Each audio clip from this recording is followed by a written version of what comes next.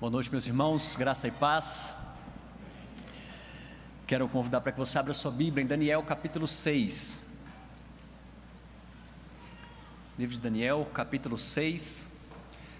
Nós trataremos de todo o capítulo, mas por enquanto nós leremos dos versículos 1 a 9. Daniel capítulo 6. Diz assim a palavra do nosso Deus: Pareceu bem a Dario constituir sobre o reino a 120 sátrapas que estivessem por todo o reino, e sobre eles 3 presidentes, dos quais Daniel era um, aos quais estes sátrapas dessem conta, para que o rei não sofresse dano. Então mesmo Daniel se distinguiu desses presidentes e sátrapas, porque nele havia um espírito excelente, e o rei pensava em estabelecê-lo sobre todo o reino. Então os presidentes e os sátrapas procuraram ocasião para acusar a Daniel a respeito do reino, mas não puderam achá-la, nem culpa alguma, porque ele era fiel e não se achava nele nenhum erro nem culpa. Disseram, pois, estes homens: nunca acharemos ocasião alguma para acusar este Daniel, se não a procurarmos contra ele na lei do seu Deus. Então estes presidentes e sátrapas foram juntos ao rei e lhe disseram: ó rei Dario, vive eternamente. Todos os presidentes do reino, os prefeitos e os sátrapas, conselheiros e governadores concordaram em que o rei estabeleça um decreto e faça firme o interdito que todo homem que por espaço de 30 dias fizer petição a qualquer deus ou a qualquer homem, não a ti, ó rei, seja lançado na cova dos leões. Agora, pois, ó rei, sanciona o interdito e assina a escritura, para que se não seja mudada, segundo a lei dos medos e dos persas, que se não pode revogar. Por essa causa, o rei Dario assinou a escritura e o interdito. Vamos orar mais uma vez? Deus bendito, obrigado porque o Senhor sempre nos ensina, e através dessa história nós aprendemos a respeito da integridade e fidelidade de um homem que, a despeito das situações e histórias de vida, ele permaneceu fiel e firme nos teus caminhos. Eu quero rogar ao Senhor, ó Deus, para que nos dê clareza a respeito dessa tua palavra e nos ensine a sermos fiéis ao Senhor. Pai, obrigado porque o Senhor tem nos conduzido diante de toda a história, e mesmo que muitos aqui, ó Deus, passem por tribulações, dificuldades, ensina-nos, ó Deus, a caminharmos contigo cotidianamente, diariamente. Firma os nossos passos no Senhor, e que o Senhor seja glorificado através da nossa vida e do nosso testemunho. Nós oramos assim, ó Deus, confiados no nome santo de Jesus. Amém. Creio que uma das qualidades ou características mais importantes ou imprescindíveis da vida cristã é a integridade. E é sobre ela que nós vamos falar e meditar nesse tempo aqui que nós passaremos juntos, debruçados na palavra de Deus. E por integridade eu estou assumindo aqui o significado daquilo que é inteiro. Não é metade de uma coisa e metade de outra, uma coisa íntegra, ela é inteira. E se nós trazemos isso aqui para o nosso contexto, aquele que se diz que é cristão, ele é cristão por inteiro, não só partes da sua vida. Ele não compartimentaliza a sua fé em algumas áreas e outras não, mas por inteiro ele vive para honrar o Senhor. Ser íntegro é viver de maneira honrada, de maneira a honrar o nome daquele a quem ele professou um dia crer, que é o próprio Deus, que é o Senhor Jesus Cristo. Isso é ser íntegro, viver para honrar de forma honrosa ao nosso Deus e ao Senhor Jesus Cristo. E se você tivesse a plena certeza de que jamais seria descoberto, se você tivesse a oportunidade de usar meios errados para conseguir dinheiro, ou talvez para trair o seu cônjuge, o seu namorado, ou talvez mentir para se sair bem em alguma situação, ou talvez não pagar as suas contas, ou então colar numa prova que você tem pela frente, se você soubesse que jamais seria descoberto, qual que seria a sua atitude? Talvez a resposta para essa pergunta, se isso mexe um pouco com você, talvez isso vai demonstrar a integridade, ou o conceito, ou o valor que nós damos para a nossa integridade, ou o grau de integridade que nós temos diante do nosso Deus. Eu creio que a gente tem sentido falta disso nos nossos dias, de pessoas, de homens íntegros, que vivem de acordo com aquilo que falam. Gente que é inteira, sem máscaras, não é duas faces, que fala uma coisa e faz outra, mas a gente íntegra, que vive para honrar, exatamente como nós dizemos aqui no nosso meio. O que a gente está falando a respeito do cristianismo é gente que vive aquilo que professa. E eu creio que nós precisamos de modelos, exemplos de integridade, para que a gente possa se espelhar. E a história que nós lemos aqui, uma parte, nós vamos percorrer todo o capítulo, nos ensina a respeito disso. E só para a gente entender um pouquinho melhor esse capítulo 6, que é o último capítulo desse livro, que é dos históricos, faz parte dos livros das histórias que se relata a respeito de Daniel. Todos os capítulos anteriores falam de histórias, nós vamos relembrar algumas aqui, mas depois disso aqui já vem a parte das profecias, nos quais o profeta Daniel vai dizer algumas coisas que o próprio Deus revela a ele. Mas então a gente tem desde o começo, Daniel, junto com alguns amigos, eles vão exilados para a Babilônia, toda a família deles é dissipada, gente que morre, e eles vão então como escravos. E lá tem a primeira história bem conhecida, que eles resolvem não se contaminar com as iguarias do rei. Eles não comem das mesmas coisas que os outros comem. E no final daqueles dias eles se encontram mais formosos, mais inteligentes, mais fortes do que todos os outros. Passa um tempo, a gente tem um episódio dentro desses capítulos anteriores dos amigos de Daniel dentro da fornalha, no qual eles também são libertos disso. Passa mais um tempo, a gente agora não está sobre... eles não estão sob o reinado mais de Nabucodonosor, mas sim de Belsassar, ou Beltesazar, e que desonra o templo e os utensílios do templo. Então, numa noite, aparecem dedos escrevendo numa parede, falando: Belsassar, acabou o seu reinado. E naquela mesma noite, vêm os medos e persas e invadem a Babilônia sobre o reinado de Dario. E então esse é o terceiro rei em que Daniel está sob a tutela. E diante dessa situação, diante de tudo isso aqui, nós podemos aprender grandiosas lições. O que tem a ver esse texto aqui com integridade? Como que nós podemos honrar e glorificar o nosso Deus através da integridade? E como exemplo da história desse homem, nós podemos ver em primeiro lugar aqui que ele era íntegro, fiel, vivia de maneira honrada diante dos homens. Em primeiro lugar, ele vivia de maneira íntegra diante dos homens.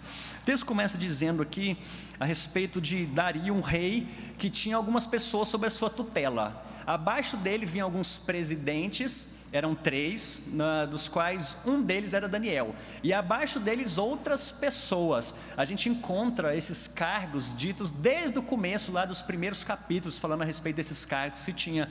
Mas Daniel estava ali, logo abaixo do rei. Mas dentre esses 3, ele se destacava. E o rei era tão chegado, ele gostava tanto, que ele estava pensando em colocá-lo como segundo em todo o reinado, somente abaixo de Dario. Mas então aqueles homens claramente não gostam disso. Não é a primeira vez que eles resolvem tentar contra a vida de crente, de gente que testemunhava e professava sua fé no Deus de Israel. Mas então eles resolvem fazer um plano. Aqui eles querem então derrubar, tirar Daniel desse posto. Era gente com um coração extremamente corrupto, e não era a primeira vez, como eu disse, não é a primeira vez que isso aqui acontecia, mas era gente que queria tirar Daniel dessa história, porque ele estava se destacando. Mas a gente pode parar para pensar por que Daniel estava se destacando dessa forma. Por que o texto nos relata que dentre todos, Daniel sempre sobressaía? E tem um versículo aqui que nos deixa muito claro a respeito disso, que diz, versículo 3: Então mesmo Daniel se distinguiu desses presidentes e sátrapas, porque nele havia um espírito excelente. Se você voltar a sua Bíblia uma página aí para o capítulo 4, versículo 8,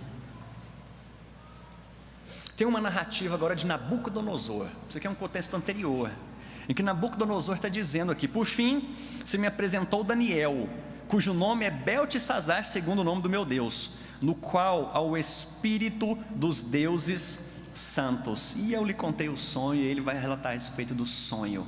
A gente vê aqui que Nabucodonosor não tinha ideia do que estava na vida desse Beltesazar ou de Daniel, mas aqui o texto está vindo para nós de novo. Ele afirma que havia nele um espírito excelente. Esse espírito dos deuses que Nabucodonosor tinha falado, nós sabemos quem é. É o próprio Espírito Santo de Deus que habitava naquele homem. E é interessante que aquele mesmo Espírito que habitava nele, em tantos outros personagens que a gente vê, é o mesmo Espírito que habita em nós, que proveu nele Espírito excelente. E perceba bem que a história que nós estamos contando aqui, o personagem principal não é simplesmente Daniel. O nome dele pode ser citado várias vezes, mas isso está mostrando claramente quem é o Deus de Daniel, que o capacitou a ser íntegro diante dos homens. Ele só pôde cumprir isso porque nele habitava esse Espírito excelente, o próprio Espírito Santo de Deus. E por conta disso, por causa desse Espírito que habitava nele, o texto continua dizendo que o versículo 4, que esses homens procuravam ocasião para acusar Daniel a respeito do reino. Então perceba bem que a gente está tendo aqui um envolvimento político. Toda a questão aqui é a respeito da vida política de Daniel, porque tinha a ver as coisas do reino. E diz então, não puderam achá-la, nem culpa alguma, porque ele era fiel, e não se achava nele nenhum erro, nem culpa. É claro que nós sabemos que Daniel era pecador, claramente, porque a Bíblia fala que todos pecaram e carecem da glória de Deus, sem exceção. Mas esse homem aqui, ele tinha um grande diferencial, porque eles procuraram na vida pública de Daniel algo para poder acusá-lo, e chegar lá e falar: rei, está vendo esse protegidinho seu, esse camarada que andando do seu lado? Então não é quem o senhor está pensando que é, não. Mas eles não puderam achar nada, nenhum caixa 2, nenhum superfaturamento, nada acharam na vida desse homem que pudessem acusá-lo. E é interessante que Daniel não era assim um sacerdote, um pastor, porque às vezes a gente pode falar: mas isso é só para a gente consagrar. Daniel era diferente, né, da gente, porque não é possível, um cara separado, escolhido por Deus, passou por tanta coisa. Daniel era gente comum como nós, não tinha nada de especial. Aliás, tinha um detalhe que nós já falamos aqui, porque nele habitava um Espírito excelente. Gente, isso aqui só foi possível, essa integridade, inteireza de vida diante do Senhor, porque um dia ele resolveu assumir a sua vida inteira para honrar o Senhor. E como que ele fazia isso? Através do seu trabalho.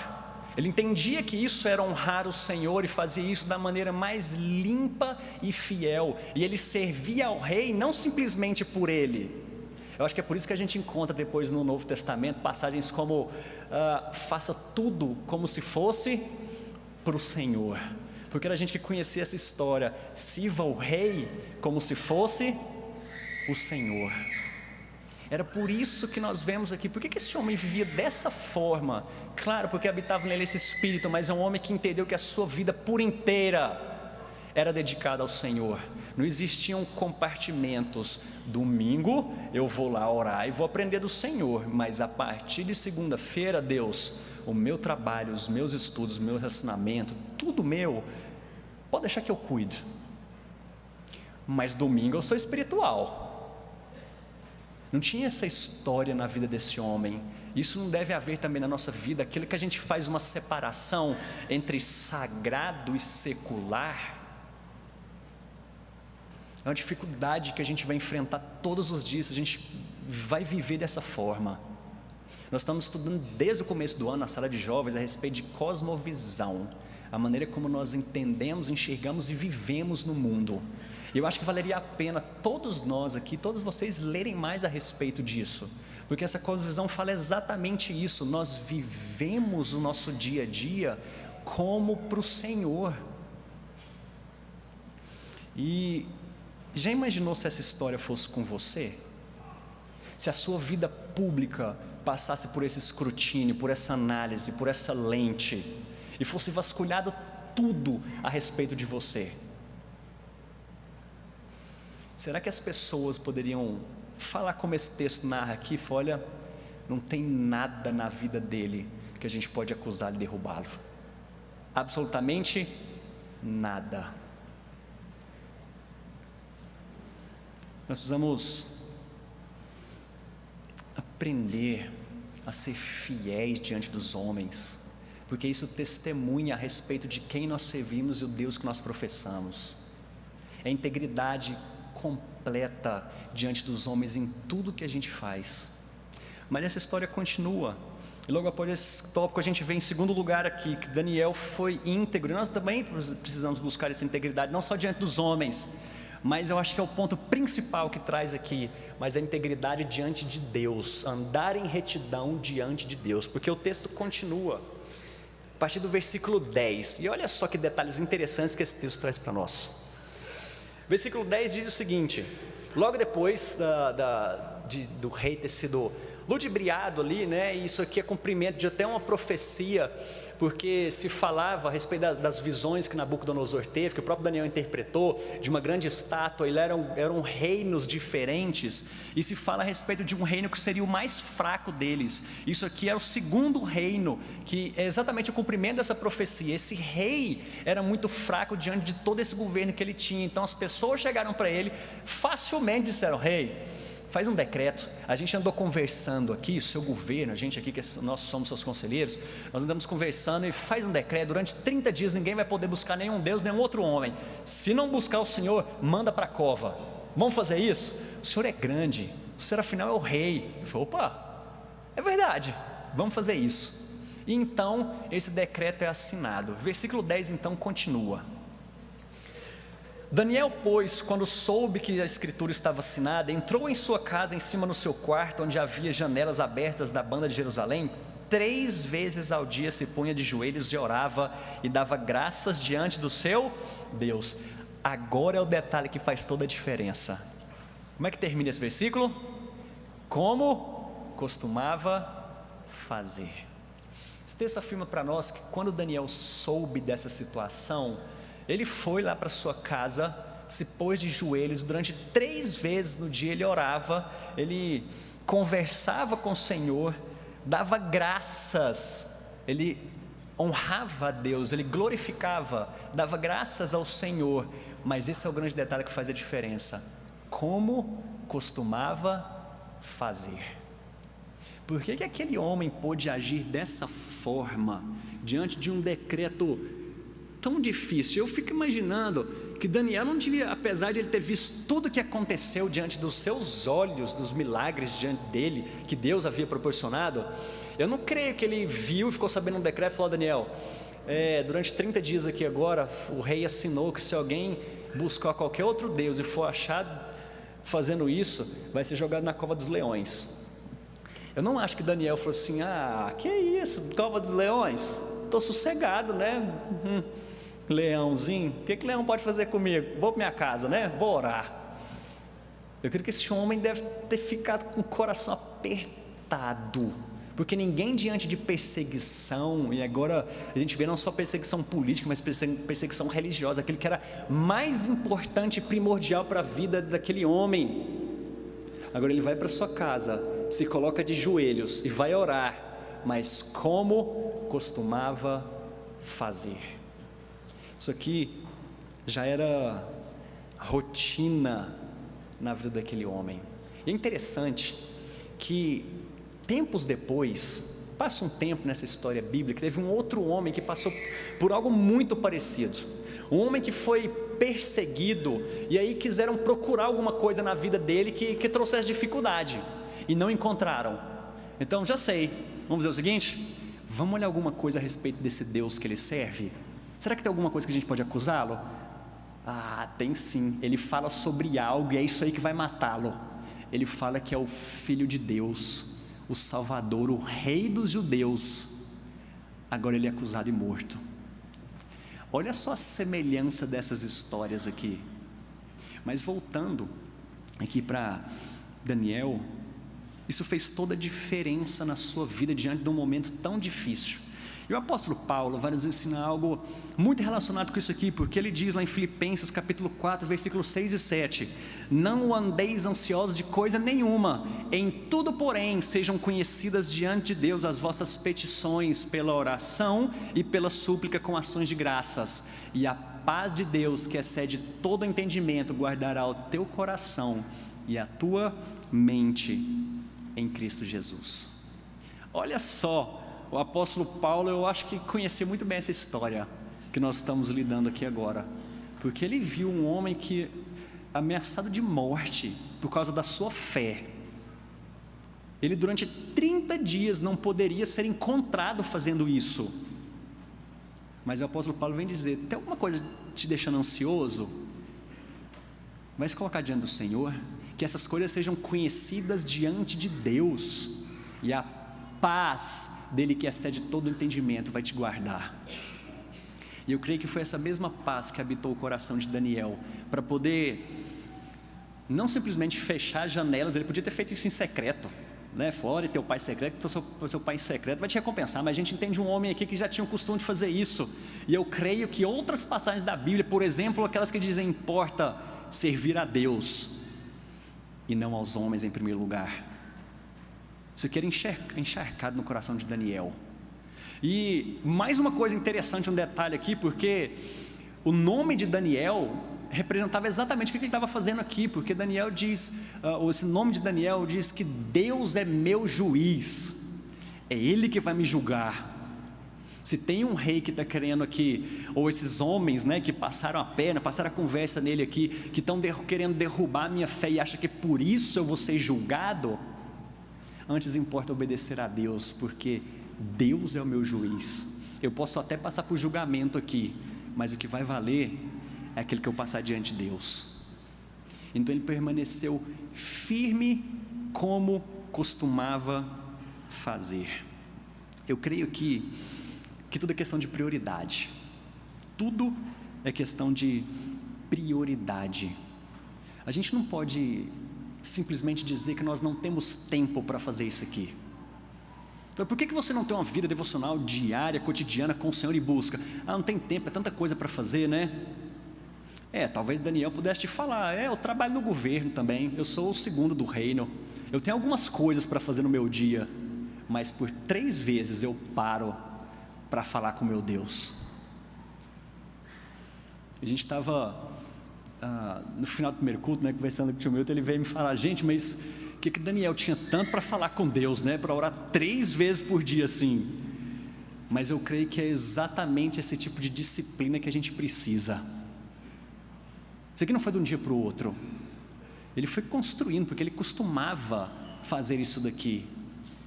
E como é que está seu tempo de oração? Como é o seu costume de se relacionar com Deus? O que precisa acontecer para te fazer ficar de joelhos diante do Senhor? Isso já é cotidiano? Isso já é como você costuma fazer? Ou precisa vir alguma calamidade, precisa vir alguma situação desesperadora para te fazer prostrar diante de Deus? Mas essa história ainda não termina por aqui. Nós vemos um homem íntegro diante dos homens, diante dos seus afazeres. Tudo que ele fazia batia exatamente com a fé que ele professava.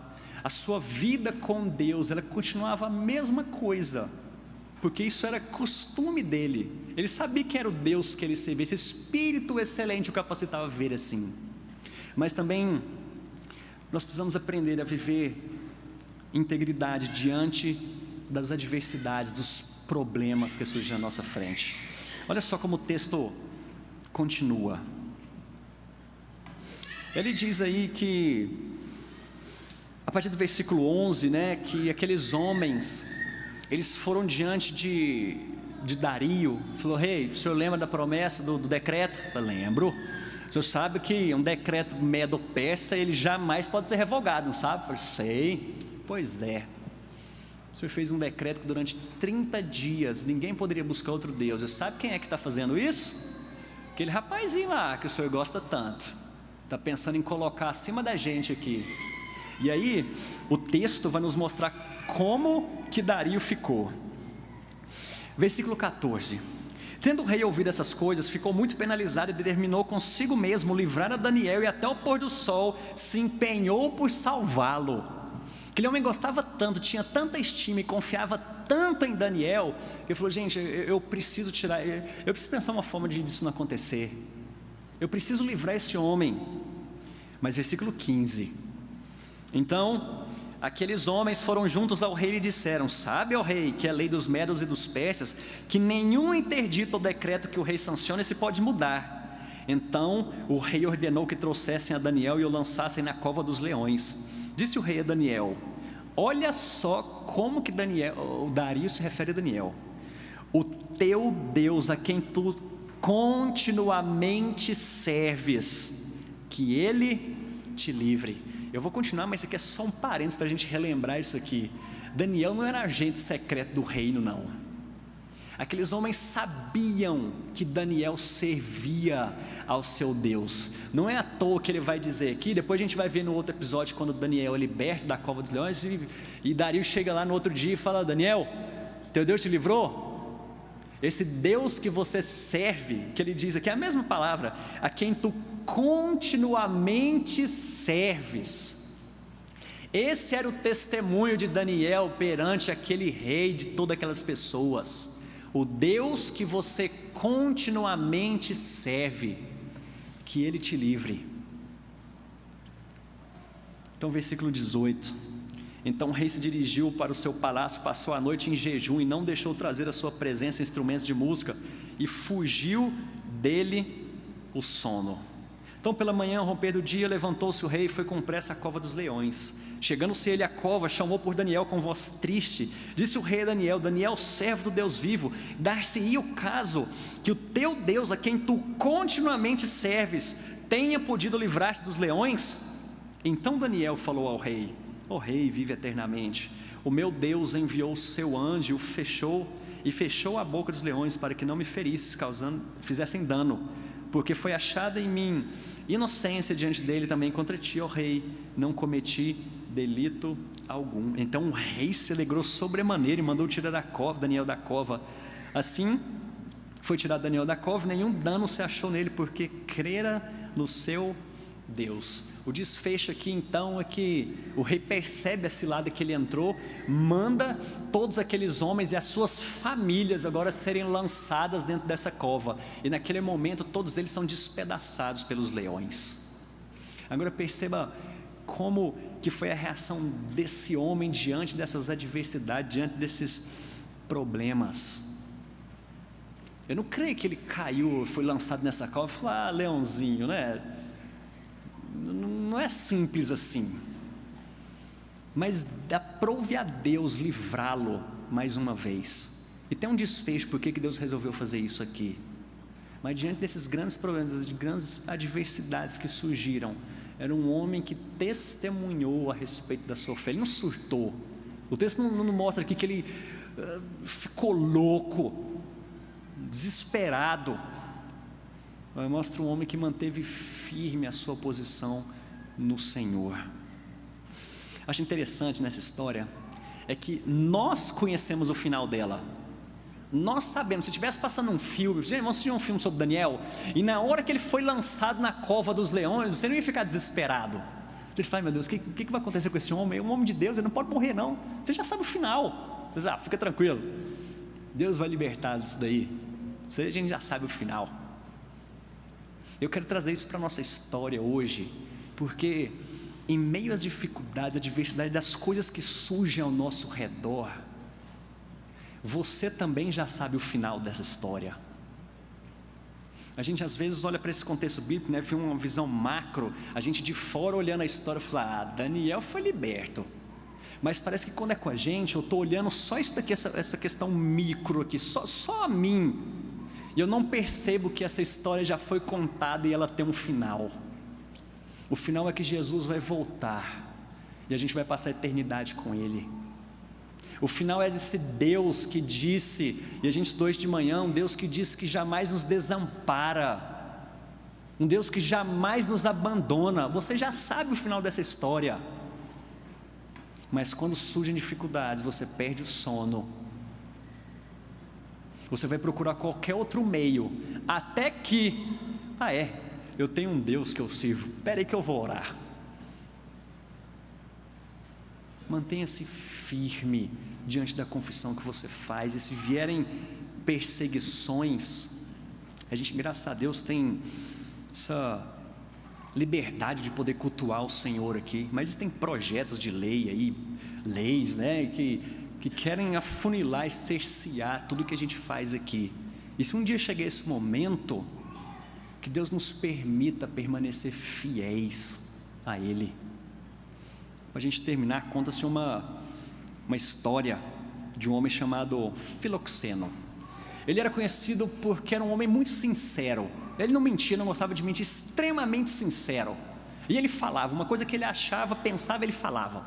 Então, chegou Dionísio, que era um homem que se julgava um grande poeta. E ele fez uma poesia lá e falou: chama lá esse camarada, chama lá o Filoxeno, porque ele vai falar a verdade.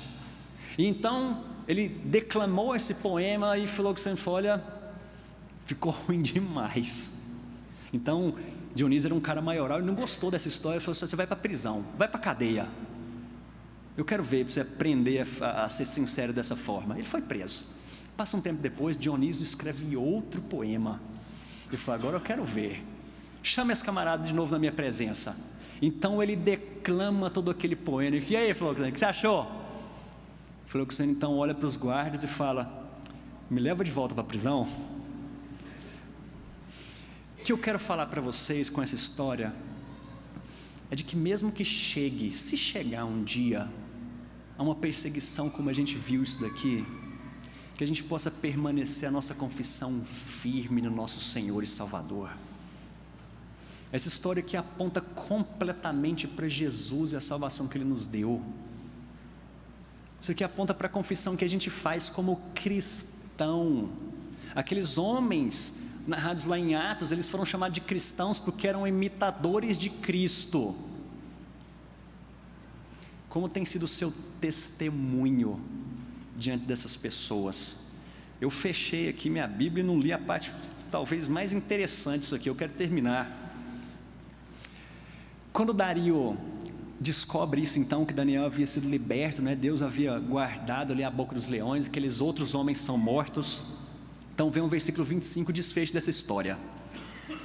Então o rei Dario escreveu aos povos, nações e homens, que todas as línguas que habitam em toda a terra, paz vos seja multiplicada.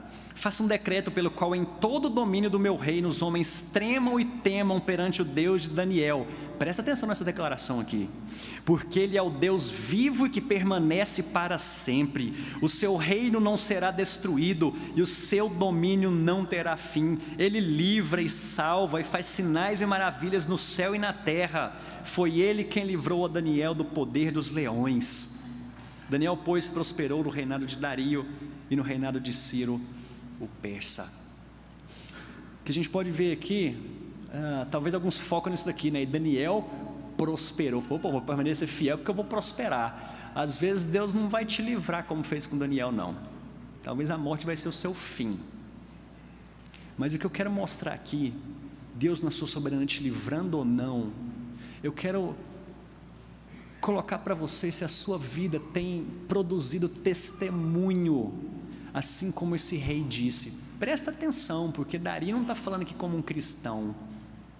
Ele olhou para a vida de um homem, viu quem era o seu Deus, por causa da integridade de um homem, pôde dizer: louvado seja o Deus de Daniel.